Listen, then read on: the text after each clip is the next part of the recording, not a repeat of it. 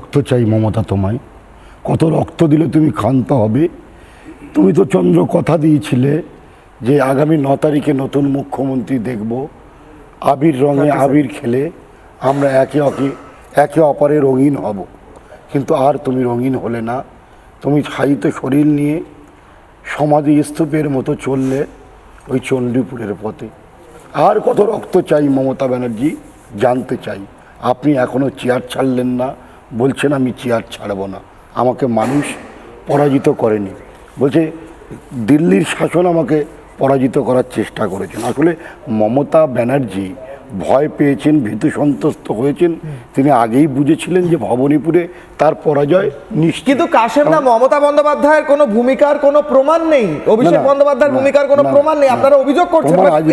এই সাবশুটারগুলো কারা এনেছিল, কারা রেকি করেছিল, এ তো তদন্ত সাপেক্ষের ব্যাপার। আইপিএস তদন্ত হোক, প্রাক্তন আইপিএস সাহেব আছেন, তিনি বললেন এ তো সব সামনে আসবে।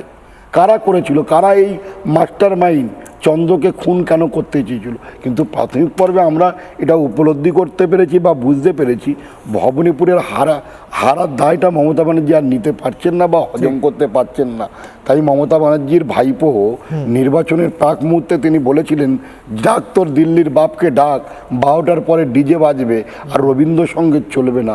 আজকের চন্দ্রনাথের রথের মা বলছে যে এই ভাইপোর হুমকানিতে, ভাইপোর ধমকিতে আজকের আমার ছেলেকে খুন হতে হলো।